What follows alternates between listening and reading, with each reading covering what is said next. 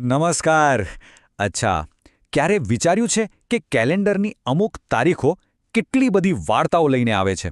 મોટાભાગની તારીખો તો એમ જ પસાર થઈ જાય, પણ કેટલીક તારીખો પોતાની અંદર તહેવારો, ઇતિહાસ અને પ્રેરણાની આખી દુનિયા છુપાવીને બેઠી હોય છે. આજે આપણે એવી જ એક તારીખ 13 જાન્યુઆરીના અલગ અલગ પાસાઓ પર નજર કરીશું. ચાલો શરૂ કરીએ. 13 જાન્યુઆરીનું નામ સાંભળતા જ મગજમાં શું આવે? કદાચ લોહરીની આગની ગરમી કે પછી ઉત્તરાયણ માટે પતંગ અને દોરીની તૈયારીઓ, બરાબર ને? પણ વાત આટલી જ નથી. આ તો વાર્તાનું માત્ર પહેલું પાનું છે.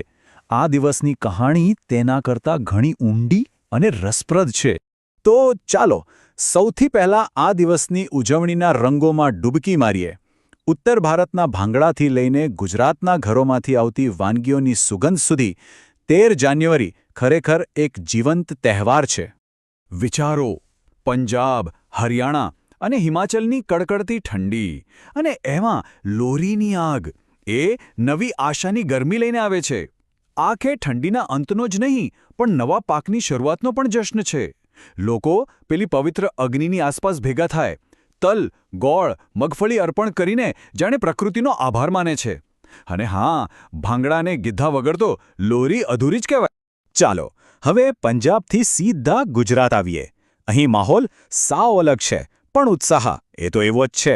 અહીં 13 જાન્યુઆરી એટલે ઉત્તરાયણની પૂર્વસંધ્યા.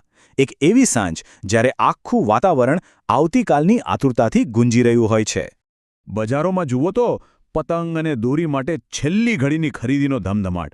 ઘરોમાંથી તો ઊંધિયું બનવાની અને ગરમાગરમ જલેબી તળાવવાની મહેક આવવા માંડે. એમ સમજો કે આવતીકાલના મોટા પતંગ યુદ્ધ માટેની આ ફાઇનલ તૈયારીઓ છે. તો જોયો ને, એક જ તારીખ 13 જાન્યુઆરી, પણ એના રંગ કેટલા અલગ છે. ઉત્તર ભારતમાં એ એક ઋતુના અંત અને નવી શરૂઆતની ઉજવણી છે, તો ગુજરાતમાં એ એક મોટા તહેવારની ધમાકેદાર શરૂઆત છે. ખરેખર અદ્ભુત. પણ ઉજવણીના આ રંગો સિવાય પણ 13 જાન્યુઆરીના કેલેન્ડરમાં ઇતિહાસના કેટલાક ઊંડા નિશાન પણ છે. આ એવો દિવસ છે જેણે દુઃખ અને ગૌરવ બંને ક્ષણોને જોઈ છે. ચાલો જરા સમયમાં પાછા જઈએ અને એ પડઘાઓને સાંભળીએ. આ સમયરેખા જુઓ. એક જ દિવસમાં કેટલી બધી અલગ અલગ ઘટનાઓ સમાયેલી છે. એક તરફ વિશ્વયુદ્ધ દરમિયાનની કુદરતી આફત છે, તો બીજી તરફ શાંતિ માટેનો એક મહાન પ્રયાસ, અને ત્રીજી તરફ અવકાશમાં ભારતની એક મોટી સિદ્ધિ. ચલો દરેકને થોડું નજીકથી સમજીએ. 30,000? આ સિર્ફ એક આંકડો નથી. 13 જાન્યુઆરી 1915ના રોજ ઇટાલીમાં એક ભયાનક ભૂકંપ આવ્યો હતો અને લગભગ આટલા લોકોએ પોતાનો જીવ ગુમાવ્યો હતો. આ તારીખની ઉજવણી પાછળ છુપાયેલું આ એક ગંભીર સત્ય છે, જેને આપણે ભૂલી ન શકીએ. હવે એક તદ્દન અલગ ઐતિહાસિક પાના પર આવીએ. 1948માં આ જ દિવસે મહાત્મા ગાંધીએ દિલ્હીમાં પોતાના જીવનના અંતિમ ઉપવાસ શરૂ કર્યા. આ ઉપવાસ પોતાના માટે નહોતા, પણ ભાગલાની આગમાં સળગતા દેશમાં શાંતિ અને ભાઈચારો પાછો લાવવા માટે હતા. એમનો એક અહિંસક પ્રયાસ. અને હવે ધરતીના ઇતિહાસથી સીધા આકાશની સિદ્ધિઓ તરફ. તારીખે જ 13 જાન્યુઆરી, પણ વર્ષ 1984. આ એ દિવસ હતો જ્યારે ભારતને ગર્વ અનુભવ્યો. જાહેરાત થઈ કે ભારતના પહેલા અવકાશયાત્રી રાકેશ શર્માને પ્રતિષ્ઠિત hero of the Soviet union પુરસ્કારથી સન્માનિત કરવામાં આવશે. શું ગૌરવની ક્ષણ હશે! મોટી મોટી ઐતિહાસિક ઘટનાઓ તો ઠીક, પણ આ દિવસ કેટલાક ખાસ લોકોના જીવન સાથે પણ જોડાયેલો છે, જેમણે પોતપોતાના ક્ષેત્રમાં આગવી છાપ છોડી છે.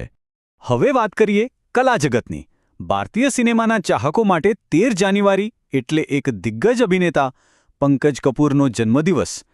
તેમની અદ્ભુત એક્ટિંગ અને યાદગાર પાત્રોને યાદ કરવાનો આ એક સારો મોકો છે.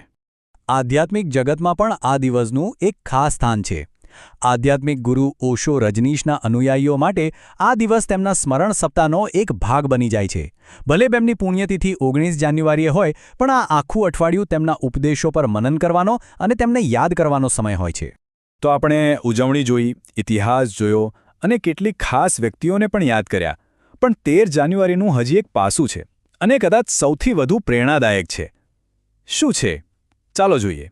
શું તમે જાણો છો કે તહેવારો અને ઇતિહાસ સિવાય આ દિવસનું એક બીજું બહુ જ ખાસ નામ છે? એને કહેવાય છે make your dream come true day, એટલે કે તમારા સપનાને સાકાર કરવાનો દિવસ.